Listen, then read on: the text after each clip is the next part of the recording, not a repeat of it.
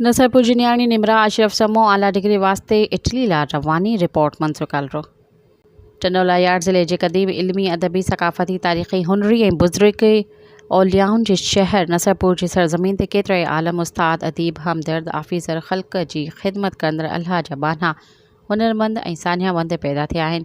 हीउ सिलसिलो अॼु बि जारी ऐं सारी ॾिसिजे थो। नसरपुर जिते हमेशह इल्म जी जोत दुखंदी रही आहे, उन ई जोत जलाइण वारनि मां समा बिरादरी जो मेहनती फ़र्द मोहम्मद अशरफ समो जो ख़ानदान बि इल्म जी तलाश में कामयाबियूं माणींदे अॻिते वधंदे ॾिसिजे थो।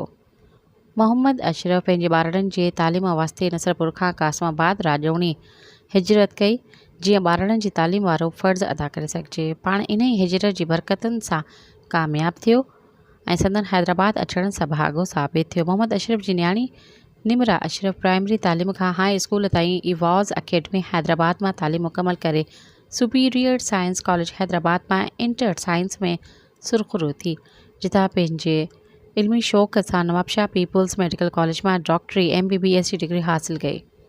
निमरा जी मंज़िल अञा अॻिते वारा ख़्वाब रहिया, जंहिं करे पाण वधीक खां वधीक इल्म जी ॻोल्हा वारो सफ़र जारी रखण लाइ इटली जी यूनिवर्सिटियुनि सां राब्ता कया।